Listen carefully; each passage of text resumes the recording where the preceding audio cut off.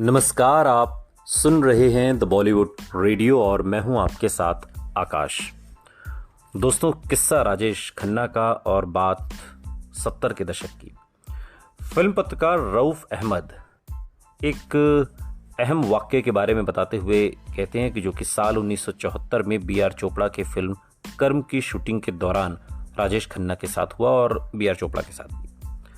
निर्देशक बी.आर. चोपड़ा कश्मीर के श्रीनगर की हसीन वादियों में अपनी पूरी यूनिट के साथ शूटिंग की तैयारी कर रहे थे। वो लोकेशन और दूसरे इंतजामों के लिए फिल्म के कलाकारों से 2 दिन पहले ही यहां आ गए थे। फिल्म के हीरो के रूप में बी.आर. चोपड़ा ने सुपरस्टार राजेश खन्ना को साइन किया था। राजेश खन्ना की पहली हिट फिल्म इत्तेफाक का निर्माण भी बी.आर. चोपड़ा ने ही किया था। गाने की शूटिंग से पहले सारी तैयारियां की जा चुकी थीं। क्रू के साथ कश्मीर की वादियों को भी सुपरस्टार का बेसब्री से इंतजार था। शहर के लोग अपने अपने काम खत्म करके उनकी एक झलक देखने के लिए शूटिंग लोकेशन पर पहुंचने लगे थे। एक आदमी गाड़ी लेकर उन्हें रिसीव करने एयरपोर्ट भी पहुंचा, लेकिन फ्लाइट से उतरने वाले मुसाफिरों में राजेश खन्ना नहीं थे। वजह जानने के लिए बी.आर. चोपड़ा ने बंबई फोन किया तो राजेश खन्ना के सेक्रेटरी ने बताया कि वो अभी बंबई में ही हैं। इंतजार में 3 दिन बीत गए, लेकिन राजेश खन्ना का कोई अता पता नहीं था। क्या चोपड़ा के संदेश उन तक पहुंच ही नहीं रहे थे? वो खुद फोन पर बात क्यों नहीं कर रहे थे? आखिर कहां थे राजेश खन्ना? इन तमाम सवालों का कोई जवाब नहीं मिला और आखिरकार 3 दिन के इंतजार के बाद वो खुद भी नहीं आए, बल्कि उनकी बिजनेस क्लास के हवाई टिकट पर उनका बावर्ची गोपाल श्रीनगर पहुंचा। गोपाल राजेश खन्ना का संदेश लेकर आया था। काका जी की तबीयत खराब है, इसलिए वो शूटिंग पर नहीं आ सकते। सुपरस्टार की शोहरत अब उसकी सनक की वजह से और ज्यादा बढ़ रही थी। स्टारडम हासिल करने के बाद जो भी ज्यादतियां एक स्टार कर सकता है, वो उसकी जीती जागती मिसाल थी और इन ज्यादतियों की शुरुआत भी इस घटना से कुछ साल पहले ही हो चुकी थी। सुपरस्टार्स की ऐसी सोच को लेखक सलीम खान एक दिलचस्प कहावत के जरिए बयां करते हैं। वो कहते हैं कि यह आमतौर पर एक्टर्स के साथ होता है। संस्कृत की एक कहावत है जिसका अर्थ है कि जब एक गांव से बैलगाड़ी दूसरे गांव जाती है तो एक कुत्ता है जो धूप से बचने के लिए बैलगाड़ी के नीचे नीचे चलता है और गाड़ी के साथ वो ऐसा बार बार करता है और कुछ सालों बाद वो सोचने लगता है कि गाड़ी मेरी वजह से चल रही है। तो जब एक के बाद एक फिल्में हिट होने लगती हैं तो एक्टर को लगता है कि जैसे ये सिर्फ उसकी वजह से हिट हो रही है। शायद राजेश खन्ना भी कुछ ऐसे ही ख्यालों से गुजर रहे थे। कहीं ना कहीं वो अहंकार और आत्ममुग्धता के शिकार भी होने लगे थे। उनके सी फेसिंग बेडरूम में 8 कोने वाला आलीशान बेड था, जिसके ऊपर दीवार पर उनके बड़े बड़े पोस्टर लगे हुए थे। रऊफ अहमद बताते हैं कि राजेश खन्ना ने खुद उनसे एक बार कहा था कि लोग मेरी फिल्में सिर्फ मुझे देखने के लिए आते हैं। रऊफ के मुताबिक उस दौर में उनके मास हिस्टीरिया को देखते हुए उनकी ये सोच शायद गलत भी नहीं थी। सुपरस्टार वाले नखरे राजेश खन्ना की खासियत बनने लगे थे। अपने निर्देशकों को इंतजार करवाना उनकी आदत में शुमार हो गया था। वो चाहते थे कि दुनिया उनकी मर्जी के मुताबिक चले और ये तमाम बातें फिल्म पत्रकार रऊफ अहमद बताते हैं। उस दौर में मीडिया में उनकी सबसे बड़ी समर्थक देवयानी चौबल ने भी उनमें आए बदलावों के बारे में बात करते हुए एक बार कहा कि अपने सुपरस्टारडम से पहले राजेश खन्ना कहीं बेहतर इंसान हुआ करते थे। देवयानी के मुताबिक बाद में उनकी दुनिया खुद तक सिमट कर रह गई। वो इतने आत्म केंद्रित हो चुके थे कि दूसरों के लिए उनके पास कुछ बचा ही नहीं था। मैं उन्हें अच्छी तरह जानती थी। वो बेहद असुरक्षित हैं और बेहद उलझे हुए थे। ये बदलाव शराब के सुरूर में और ज्यादा हावी होते दिखाई देते थे। उनके लिए कोई भी मौका जाम छलकाने का बहाना होता था। पीने का भी उनका अलग ही अंदाज था।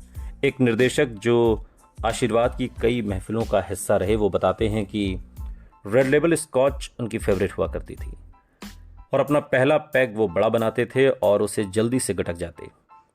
वो कभी भी 1-2 पैग पर नहीं रुकते थे। पीने का सिलसिला देर रात तक चलता था। एक और खास बात थी कि वो पीते वक्त कुछ भी खाते नहीं थे, न खाना न कुछ और कोई चखना, कुछ भी नहीं। जल्दी उठने की आदत उन्हें पहले से ही नहीं थी और अब इन लेट नाइट पार्टियों की वजह से उनकी सुबह ज्यादातर दोपहर को शुरू होती थी। राजेश खन्ना को उनके थिएटर के दिनों से जानने वाले पत्रकार अली पीटर जॉन कहते हैं कि उनकी फिल्मों की शूटिंग अक्सर सुबह जल्दी भी होती थी, मगर राजेश खन्ना का दिन ही दोपहर 3 बजे शुरू होता था। लेकिन वो बहुत अच्छे एक्टर थे। आप उन्हें डायलॉग दो और वो पूरे दिन का काम कुछ ही घंटों में निपटा देते थे, तो कोई शिकायत नहीं करता था कि उसका नुकसान हो रहा है। सवाल यह है कि क्या ऐसा बर्ताव हर बड़े स्टार का नहीं होता? फिर हमेशा राजेश खन्ना के बारे में ही ऐसी नेगेटिव बातें क्यों लिखी गई? वरिष्ठ फिल्म पत्रकार और फिल्म निर्देशक खालिद मोहम्मद राजेश खन्ना के बर्ताव को असामान्य नहीं बताते, और अपने एक इंटरव्यू में उन्होंने कहा कि हम सबने सुना है कि सफलता ने उनका दिमाग को खराब कर दिया था, उनका रवैया भी खराब था, लेकिन मुझे लगता है कि ऐसा हर सुपरस्टार के साथ होता है। उन्होंने बस इसे ज्यादा जाहिर कर दिया। राज कपूर और देवानंद ने खुद को संभाले रखा, लेकिन राजेश खन्ना के चमचों की मंडली ने उन्हें बहुत नुकसान पहुंचाया। लेकिन फिर भी ये असामान्य नहीं था। निर्माता निर्देशक जे ओम प्रकाश बताते हैं कि काका की प्रॉब्लम ये थी कि वो एक्सट्रोवर्ट नहीं थे। वो बहुत कम बोलते थे और अपने आसपास के लोगों को बहुत शक्की स्वभाव के थे। फिल्मों का कामयाबी का सिलसिला जारी था और यही वजह थी कि राजेश खन्ना मीडिया का पसंदीदा विषय बने हुए थे। राजेश खन्ना की छींक भी खबर थी, और जैसे जैसे उनके टाइम मैनेजमेंट और अहम से जुड़ी बातें बढ़ी, उनके बारे में फिल्म मीडिया में रिपोर्ट्स लगातार नेगेटिव होती गई। और ऐसा आमतौर पर हर कामयाब शख्सियत के साथ होता है, और राजेश खन्ना ने तो देश को दिखा दिया था कि कामयाबी का मतलब क्या हो सकता है। राजेश खन्ना की दुनिया आपके काम और चमचों तक सिमट कर रह गई। राजेश खन्ना की फिल्मों से जुड़े अहम फैसले भी अक्सर इन चमचों की सलाह से प्रभावित होने लगे। अगर कोई फिल्म बनाना चाहता और उसकी पहुंच राजेश खन्ना तक नहीं है, तो उसे इन चमचों से गुजर कर जाना पड़ता था। हालत ये थी कि राजेश खन्ना के सेक्रेटरी रहे उनके दोस्त गुरनाम और ड्राइवर कबीर तक को पूरी फिल्म इंडस्ट्री जानती थी। मगर राजेश खन्ना के साथ कई फिल्में बना चुके वरिष्ठ फिल्मकार जे ओम प्रकाश उनके नखरों की इन कहानियों से इनकार करते हैं। उनकी बिल्कुल अलग तस्वीर पेश करते हुए जे ओम प्रकाश बताते हैं कि मुझे तो कभी काका के दरबार में हाजिरी नहीं लगानी पड़ी, मुझे उनकी डेट्स आराम से मिलती थी। लेकिन राजेश खन्ना के स्वभाव के बारे में बात करते हुए जे ओम प्रकाश ने यह जरूर माना कि राजेश खन्ना शूटिंग पर काफी देर से आते थे। वो कहते हैं कि वो देर से आता था और हम सब उसे मिस्टर लेट के नाम से पुकारते थे, लेकिन इस आदत के बावजूद उसके साथ काम करना बेहद आसान था। वो पूरी तैयारी करके सेट्स पर आता था। वो कमाल का एक्टर था। परेशानी ये थी कि करियर की इन ऊंचाइयों पर भी ऐसी तारीफ करने वाले बहुत कम थे और आलोचना करने वालों की गिनती बहुत बहुत ज्यादा। शूटिंग के लिए समय पर न पहुंचना एक ऐसा मुद्दा था जो राजेश खन्ना के पूरे करियर के दौरान उनके नाम के साथ लगातार जुड़ा रहा। उन्हें अंदाजा नहीं था कि इस बात ने उनके करियर को कितना नुकसान पहुंचाया। गॉसिप पत्रिकाओं में ये खबरें लगातार आती रहीं कि राजेश खन्ना का मूड नहीं था आज शूटिंग का, इसलिए वो शूटिंग पर नहीं पहुंचे। और इन खबरों के मुताबिक कई बार प्रोड्यूसर्स को बड़ा नुकसान भी झेलना पड़ा। उनकी छवि इतनी बिगड़ती जा रही थी कि पूछिए मत। फिल्म इंडस्ट्री ये मान चुकी थी कि वो अपनी आदतें बदल ही नहीं सकते, इसलिए जब तक उनकी फिल्में हिट हो रही हैं उनके इस बर्ताव को झेलना पड़ेगा। अपने बारे में लगातार छपती नेगेटिव खबरों से वो अक्सर बेहद नाराज भी रहते। फिल्म पत्रकारों को अक्सर उनके इन मूड्स को झेलना पड़ता था। उस दौर के पत्रकारों के बीच उनका ये बर्ताव राजेश खन्ना ट्रीटमेंट के नाम से मशहूर था। उस समय की फिल्म पत्रकार इंग्रिड एल्बकर्क राजेश खन्ना को इतनी बड़ी फैन थी वो उनकी कि वो अपना शहर अजमेर छोड़कर इस उम्मीद से बंबई पहुंची थी कि वो राजेश खन्ना से मिलकर उनसे शादी कर सकें। फिल्म बहारों के सपने देखने के बाद उन्होंने राजेश खन्ना को तभी अपने दिल में बसा लिया था जब वो महज 15 साल की थी। इंग्रिड लिखती हैं कि सिर्फ वो लोग ही ये बात समझ सकते हैं जो छोटे शांत शहरों में रह रहे हैं कि हार्ड फ्रेंड कितना अहम होता है।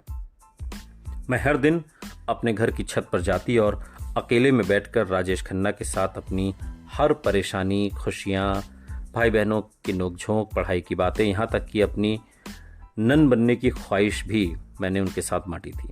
मुझे लगा कि मेरी ख्वाहिश उन्हें पसंद नहीं आई। ये बातें एल्बकर्क ने कही, इंग्रिड एल्बकर्क।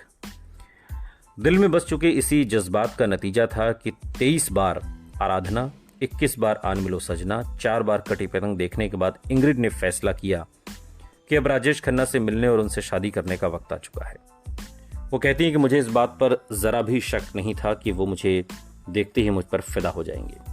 बम्बई आने के बाद इंग्रिड ने एक मीडिया कोर्स किया और उस दिन का इंतज़ार करने लगी जब उनका सामना अपने दिल के दोस्त राजेश खन्ना से होगा। उन्होंने एक फिल्म पत्रिका में नौकरी कर ली और जल्द ही उन्हें राजेश खन्ना का इंटरव्यू करने का मौका मिला। इंटरव्यू पर वो ऐसे गईं जैसे किसी रोमांटिक डेट पर जाना हो। और अपने एक लेख में इंग्रिड लिखती हैं कि जब मेरा पहली बार राजेश खन्ना से आमना सामना हुआ, उस वक्त महबूब स्टूडियो में नमक हराम की शूटिंग चल रही थी। वो बाहर एक बड़ी सी छतरी के नीचे बैठे हुए थे। मैंने उन्हें अपना नाम बताया और कहा कि मैं उनका इंटरव्यू करना चाहती हूँ। उन्होंने कहा ठीक है आओ।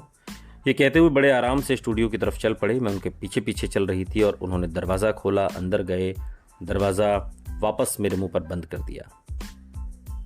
इंटरव्यू नहीं दिया। हकीकत बहुत कड़वी होती है। सुनते रहिए द बॉलीवुड रेडियो, सुनता है सारा इंडिया।